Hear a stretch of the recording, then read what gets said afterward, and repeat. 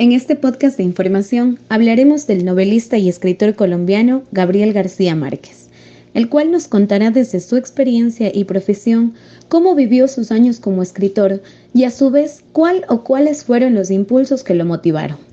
Para esto, resurtiremos al año 1982, en el cual Gabriel fue galardonado con el Premio Nobel de la Literatura. Bienvenidos a la máquina del tiempo. Por favor, ingrese la clave correcta para activar el programa. Usted está conectado. Por favor, seleccione su destino. Destino. Listos para la teletransportación. Disfrute su viaje en la máquina del tiempo.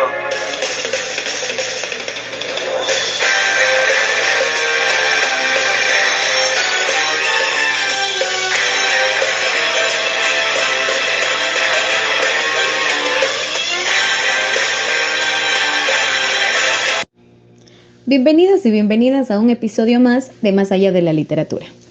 Nos encontramos en el estado de Zacatecas, al norte de México, en la grabación de la película La increíble y triste historia de la Cándida Heréndida y de su abuela desalmada. Y hoy tengo enfrente de mí al autor universal, protagonista y máximo exponente del interés del mundo por la literatura hispanoamericana, Gabriel García Márquez, quien ha tenido una gran trayectoria. Por esta razón me dije, es importante que sea parte de este podcast. Pues bueno, les cuento a nuestros oyentes que en realidad estaba pensando por mucho tiempo cómo debería presentarlo, porque en realidad no es cualquier escritor. Al contrario, ha realizado múltiples aportaciones, por lo cual de manera concisa les puedo decir que hoy aprenderemos y conoceremos cuál fue el proceso que vivió nuestro escritor y sobre todo un poco de lo que no sabemos de Gabriel García Márquez. Bienvenido, Gabriel. Un verdadero gusto poder tenerte en nuestro podcast. A nombre de todos quienes nos escuchan, tengo que hacer extensivo mi agradecimiento por el tiempo que nos brindas en este momento.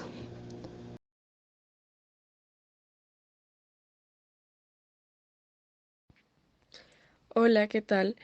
Mi nombre es Gabriel García Márquez. Bueno, les doy muchas gracias por tan conmovedora presentación. Pues quiero darles gracias por tomarse el tiempo de venir a entrevistarme y estar dentro de este podcast. Me siento muy halagado y estoy aquí para poderles ayudar en los que ustedes necesiten. Cuéntenme, ¿qué es lo que quieren saber? Bueno, Gabriel, antes que nada reiterar el agradecimiento. Y bueno, pues bien, son muchísimas las cosas que necesitamos saber. Pero bueno, vamos a empezar hablando del Premio Nobel, que es algo reconocido mundialmente.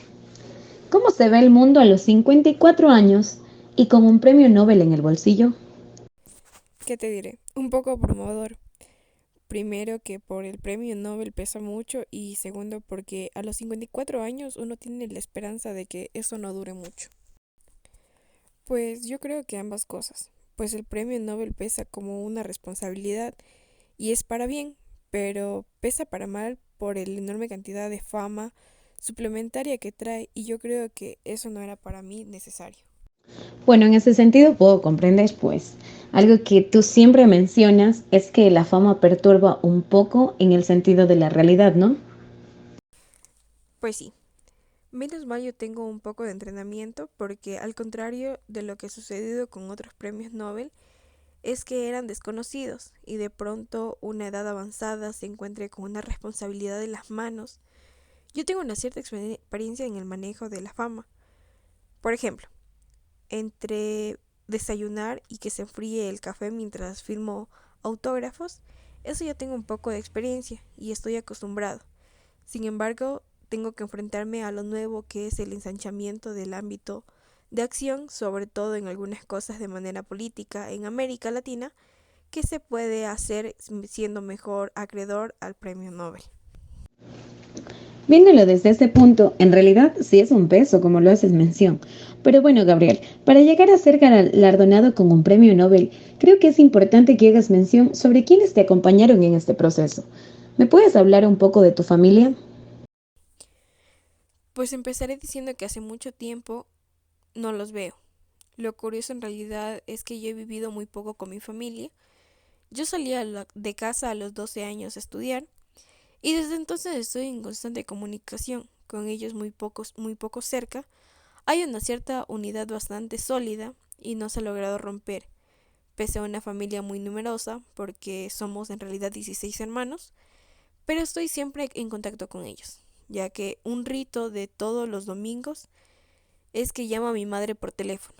Es el único vínculo que me queda, pues la vida me ha llevado por otros lados, no he podido hacer una vida de familia, no hemos convivido en el mismo lugar, sino que la mía me ha podido, he hecho yo mismo, y lo que sucede es que uno de los personajes que más ha influido en mi obra es mi abuela, la madre de mi madre. Cuando hablas de tu abuela te refieres a la que te contaba las historias, ¿verdad? Sí, exacto. Y a lo que me resulta sorprendente es que como a medida que ha ido envejeciendo mi madre, se ha ido pareciendo mucho más a su madre, no solo en el carácter, sino en la formación, y es exactamente ahora como si fuera una copia de ella. Y yo me encuentro en que ellas se repiten ya modernizándonos, actualizándonos las mismas virtudes que tenía la abuela. ¿Cómo era tu abuela? Háblame de tu abuela, porque para ti ha sido muy importante en tu obra, ¿no? En tu vida en general. Bueno, pues ahora te lo digo al revés. Mi abuela era como es mi madre ahora. Era una persona sumamente supersticiosa. Yo siempre tenía la impresión de que tenía un hilo secreto, con ciertos poderes sobrenaturales, porque en mi infancia siempre era asombroso ver cómo ella creía adivinar las cosas, y hacía pronósticos y profecías que luego se cumplían. Terriblemente nerviosa, muy vieja y por supuesto delirando, pero había una cosa que recuerdo muy bien. Es que hablaba del castellano extraordinariamente, lleno de arcaísmos, imágenes deslumbrantes, que había sido el punto de partida mío para escribir. Ahora, pues yo ya consulté la terminología de todos sus refranes y palabras, y las conozco conscientemente, pero yo crecí con estas palabras y estos términos como si fuera de la lengua natural, de la gente, porque era que ella lo hablaba, ¿no? Ese idioma que escribió, yo también lo escribí en mis libros. Y hace como un crítico hablando de la crónica de la muerte anunciada decía que no podía entender cómo resultaban creíbles estos personajes populares, que hablaba como filósofos y profetas. Y de lo que sucede es que mi abuela y en general toda la gente del Caribe todos los días hablan como filósofos y como profetas y por consiguiente como poetas. Acotando todo lo que acabas de hacer mención, Gabriel, ¿se puede decir que en este sentido el racionalismo es una limitación para la creación? Sin lugar a dudas, una de las dificultades que yo tengo principalmente en el diálogo con franceses, que son los racionalistas, por excelencia, que son los inventores de eso, es que ellos no pueden creer que yo soy un escritor realista y que yo puedo demostrar que cada línea de mis libros hay un hecho real, tanto que tengo en el proyecto de escribir mis memorias. Y no sería ningún caso de la memoria cronológica, sino que sería un libro en el cual yo tratara de contar cuál es la realidad detrás de la ficción de mis libros. Puedo demostrar que no hay una sola línea en el que mis libros no tengan un punto de partida. En realidad, se transporte poéticamente. Realmente ha sido de mucha importancia escuchar estos datos que son parte del proceso de Gabriel García Márquez. Y bueno, Gabriel, como sabrás, la fama te ha hecho muy conocido, sobre todo en el siglo XXI. Y es por esto que en este viaje en el tiempo nosotros tuvimos la oportunidad de venir con dos personas quienes están encantadas de conocer tu proceso. Sobre todo quieren seguir tu camino porque les encanta esto de la literatura. Y por eso hoy quieren conversar contigo, conocer eso que quizás no lo hemos podido ver, conocer esto que quizás no ha sido sacado a la luz, pero es de suma importancia. Por esto, voy a presentar a una de las primeras personas que quieren conocerte y bueno, esperemos que las preguntas sobre todo puedan ser respondidas y que a nuestros oyentes les vaya a saciar estas dudas que tienen con respecto a ti. Bueno, bienvenida Tatiana. Me imagino que en este momento debes encontrarte muy nerviosa, quizás muy emocionada porque no nos imaginábamos que íbamos a poder tener esta oportunidad de tener al mismísimo Gabriel García Márquez frente a nosotras, ¿verdad? Sin embargo, te doy la bienvenida y este espacio es tuyo. En este momento tú puedes hacer las preguntas que necesites para poder resolver estas dudas que quizás tenemos como futuros literarios. Buenas tardes, señor Gabriel García. Le habla Tatiana Brito, una estudiante de la carrera de literatura. Es un gusto ser parte de este podcast, ya que me ha interesado bastante todo su trayecto como escritor, por lo que me ha llamado la atención todos sus libros, pero el que más ha destacado y se ha convertido en uno de mis favoritos ha sido el libro 100 años de soledad. Sin embargo, quisiera que me ayude respondiendo algunas preguntas con respecto a su vida y a su experiencia como escritor. Como primera pregunta quisiera que me cuente usted desde cuándo ha empezado a escribir libros. Yo empecé a escribir desde que tengo memoria. El recuerdo más vago y antiguo que tengo era de cuando dibujaba cómicos. Ahora me doy cuenta que posiblemente lo hacía porque todavía no podía escribir. Siempre he buscado medios para contar y me he quedado con la literatura, que es el más accesible. Pero también pienso que mi vocación en realidad no es ser escritor, sino un contador de cuentos. ¿Cuáles fueron sus primeras obras literarias? Mis primeras obras literarias se reflejan en el ambiente de violencia o intolerancia que vivía Colombia en ese momento. Es que las escribí como es la hojarasca en 1955, Los funerales de la Mama Grande en 1962, esas primeras obras que yo percibí una evolución estilística que me pasa en la prosa barroca, la hojarasca y de algunos de los cuentos de los funerales de la Mama Grande, como es el estilo de Graham Greene o de Ernest Hemingway, de otros relatos como del mismo libro, y también del coronel que no tiene quien escriba. Es por ello que es una dramática historia en la que aparecen algunos de los personajes que aparecerán en mi obra, más conocida como libro más reconocido de 100 años de soledad, en 1967, por lo que se narra un tono épico de mi historia que encabeza la familia Buendía a lo largo de 100 años y del pequeño lugar de Macondo que acababa sepultado y destruido por las guerras y el progreso. ¿Cuesta mucho trabajo el proceso de escribir un libro? En realidad escribir me cuesta muchísimo trabajo y cada vez es más. Cuando digo que soy un escritor por timidez, es porque lo que debería ser en realidad yo es llenar esta sala, salir y poder contar expresamente mi cuento, pero mi timidez no me lo permite. Todo lo que hemos hablado, yo no podría hacerlo si hubieran más de 2 personas en esta mesa.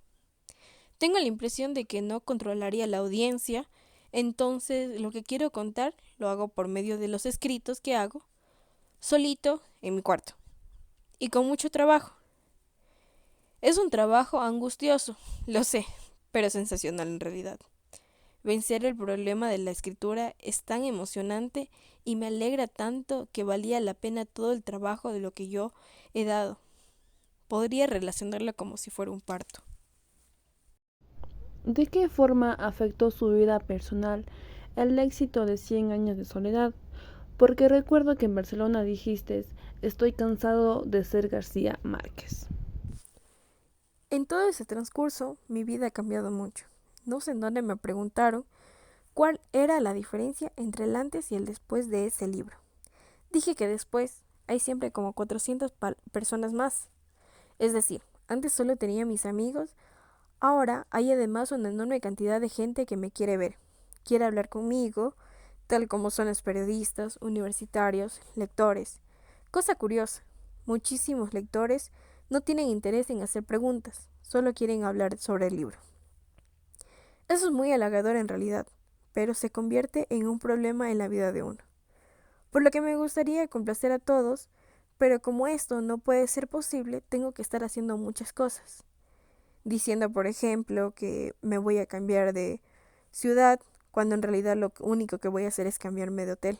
Esas son las cosas que hacen los vedettes, algo que siempre he detestado, y yo no quiero estar en ese caso de un vedette. Es una imagen que molesta mucho. Hay además un cierto problema de la conciencia por estar burlando a la gente y sacándole el cuerpo. Pero tengo que ser mi vida, y llega un momento en el que digo mentiras. Bueno, esto lo reduzco a una frase, que es más cruda de como tú la dices. Yo digo, estoy de García Márquez hasta los cojones. ¿Le han hecho ofertas para llevar al cine su libro 100 años de soledad? Mis primeras obras literarias se reflejan en el ambiente de violencia o intolerancia que vivía Colombia en ese momento. Es que las escribí como es La hojarasca en 1955, Los funerales de la Mama Grande en 1962. Esas primeras obras que yo percibí una evolución estilística que me pasa en la prosa barroca, La hojarasca, y de algunos de los cuentos de los funerales de la Mama Grande, como es el estilo de Graham Greene o de Ernest Hemingway, de otros relatos como del mismo libro, y también del coronel que no tiene quien escriba. Es por ello que es una dramática. Muchísimas gracias, Gabriel, por haber respondido mis preguntas y haber solventado algunas dudas que tenía sobre tu trayecto como escritor y sobre tu vida personal. Estoy agradecida por tus majestuosas respuestas y espero que sigas teniendo muchos éxitos. Bueno, Tati, te agradecemos bastante por tu aportación, porque de alguna manera es eso, ¿no? Es una aportación para nuestros oyentes, para todos aquellos que quizás teníamos estas mismas dudas, quizás en algún momento se nos pasó por la cabeza esto y como que no teníamos una respuesta. Y ahora gracias a Tatiana que hizo estas preguntas y asimismo gracias a Gabriel que fue muy sincero al responder, nos quedamos satisfechos con estas respuestas. Y bueno, Gabriel, como te había hecho mención, pues en realidad son dos las personas quienes van a participar en este día. Entonces, a continuación, tenemos a la siguiente persona, que es Kira, quien, al igual que Tatiana, te hará unas preguntas con referente a tu vida, con referente a lo que hacíamos mención hace rato, a quién es Gabriel García Márquez. Bienvenida, Kira. Muy buenas tardes, ¿cómo están todos? Yo agradezco de antemano por haberme dado la oportunidad de estar aquí con este gran escritor como lo es Gabriel. La pregunta que yo tengo para ti, Gabriel, es ¿qué fue lo que te inspiró para escribir 100 años de soledad? Lo que me inspiró para escribir 100 años de soledad fue cuando regresé al pueblo de mi infancia. Ahí se encontraba una casa en la cual yo crecí. Estaba en compañía de mi madre. Cuando llegamos me fijé que no había nadie, como si fuera un pueblo fantasma. Caminando por la calle con mi madre, se encontró con una vieja amiga.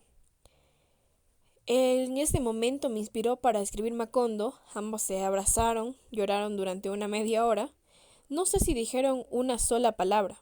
Me miraban estremecido por la costumbre de que a lo largo del abrazo, de lágrimas calladas, era irreparable lo que estaba ocurriendo para siempre. Me quedé tan inspirado que abandoné mi trabajo para dedicarme a escribir durante 18 meses mi obra. En ese tiempo no cobré nada, ya que mi familia y yo sobrevivimos gracias a algunos de mis amigos y por empeñar las joyas de Mercedes y algunos electrodomésticos. Ella se encargó de hacer 1000 malabares para que nos alcanzara en ese tiempo el dinero. Qué interesante. Bueno, la segunda pregunta que te tengo es ¿por qué no quieres que 100 años de soledad salga a flote en las pantallas cinematográficas? Mi relación con el cine es como la del matrimonio mal avenido. No podemos vivir juntos ni separados. En una época de pleito con el cine yo dije que yo había escrito 100 años de soledad contra el cine. Está muy bien, entiendo. Entonces me podría responder ¿Cómo repercutió en usted el enorme éxito de esta novela? En realidad ha sido una gran conmoción, y no para bien, ya que el acoso al que he sido sometido me ha perturbado. Desde entonces mi vida ya no es la misma. No soy una persona normal, trato de separar el antes y el después, pero resulta difícil. Amigos a los que yo creía fieles han vendido mi correspondencia. La gente se te acerca y nunca sabe sus intenciones. Asimilar un éxito tan desmedido es tarea de héroes, y no soy ningún héroe, soy una persona bastante débil. Antes, cuando era una persona normal y espontánea, quedaba con alguien para almorzar y bromeábamos de cualquier cosa insignificante en realidad, y nos pasábamos estupendamente. Ahora llego a cualquier restaurante y 20 personas esperándome como si fuese una atracción de circo. Y no solo eso, durante el transcurso de la comida esperaban la frase inteligente y ocurrente magistral. Uf, en realidad era muy agotador. Pues yo no reniego de 100 años de soledad. Me ocurre algo peor. La odio. Porque está escrita con trucos de la vida, ¿Por qué? con todos los trucos del oficio. Eso no lo ha sabido ver ningún crítico en realidad. Los críticos tratan de encontrarle el pelo al huevo a una novela que dice mucho menos las cosas que ellos pretenden. Sus claves son simples, pues en realidad yo diría que son elementales. Con constantes guiños a mis amigos y conocidos, una complicidad que solo ellos pueden entender. Escribo en una máquina eléctrica y no soy enfermizamente perfeccionista. Repito, el folio hasta el no sobre ni falte una sola palabra. Soy perfeccionista y supersticioso. No soporto el mal gusto y el mal gusto está relacionado con la mala suerte.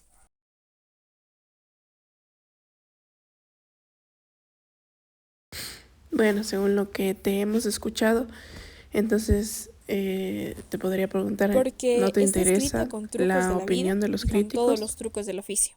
Eso no lo ha sabido ver ningún crítico en realidad. Los críticos tratan de encontrarle el pelo al huevo a una novela que dice mucho menos las cosas que ellos pretenden. Sus claves son simples, pues en realidad yo diría que son elementales. Con constantes guiños a mis amigos y conocidos, una complicidad que solo ellos pueden entender. Escribo en una máquina eléctrica y no soy enfermizamente perfeccionista. Repito, el folio hasta el no sobre ni falte una sola palabra. Soy perfeccionista y supersticioso. No soporto el mal gusto y el mal gusto está relacionado con la mala suerte.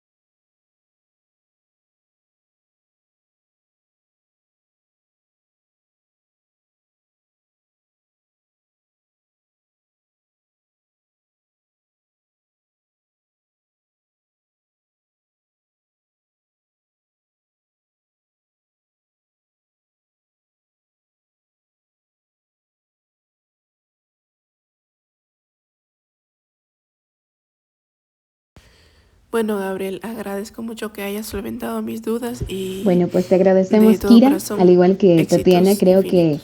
cada una de las dudas, de las preguntas que has realizado en este momento aportan significativamente a cada uno de nosotros, ¿no? Entonces te agradecemos mucho, Kira.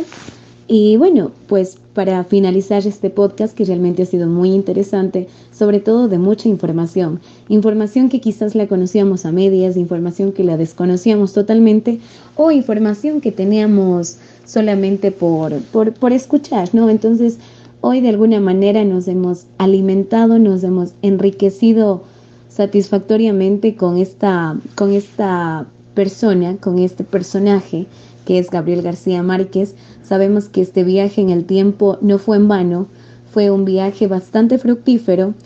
Y bueno, para finalizar, Gabriel, no sé si nos podrías ayudar desde su experiencia. ¿Qué consejo le daría a usted a cada uno de estos futuros escritores que, como vuelvo a hacer mención, actualmente en el siglo XXI siguen existiendo, ¿no? Siguen teniendo esta iniciativa de querer ser escritores, pero que quizás necesitan un poco de estimulación, un poco de motivación? ¿Cuál sería el consejo que usted le podría dar, Gabriel? Bueno, lo primero que puedo decir es que cada uno tiene que vivir su propia experiencia. Todos somos diferentes y brillamos con los propios. Y para finalizar, agradezco a todos los oyentes por su tiempo y atención y les diré de manera concisa lo que a mí en lo personal me sirvió y seguramente les servirá a ustedes es, primero, escribe lo que conoces. Por segundo, inspírate en la vida. Tercero, mantén contacto con la realidad. Cuarto, confía en tu intuición. Quinto, busca el tema y la forma. 6. Encuentra el tono necesario. 7. Presta atención a la técnica. 8. El primer párrafo es el más importante. 9. Potencia tu credibilidad. 10. Sé disciplinado. 11. Cuida muchísimo tu salud. Y por último, y no menos importante, trabaja duro. Wow, qué consejos. Realmente son consejos que yo creo y que estoy segura que todos los oyentes estarán de acuerdo conmigo, que no solamente los podemos aplicar en la literatura, sino que de alguna manera lo podemos aplicar a lo largo de nuestra vida cotidiana. Muchas gracias, Gabriel García Márquez, por habernos regalado este tiempo, porque de alguna manera, bueno, vinimos a irrumpir un poco la grabación de la película, ¿no? Sin embargo, de manera muy sencilla, muy humilde, aceptaste ser parte de este podcast. Nos ayudaste con mucha información bastante clara. Y bueno, amigos, lo que les puedo decir que este fue un episodio más de Más allá de la literatura, que aprendimos muchísimo. Y bueno, pues ahora vamos a regresar a través de esta máquina del tiempo al siglo XXI, a poder compartir esta maravillosa información con quienes están preparándose para ser futuros escritores.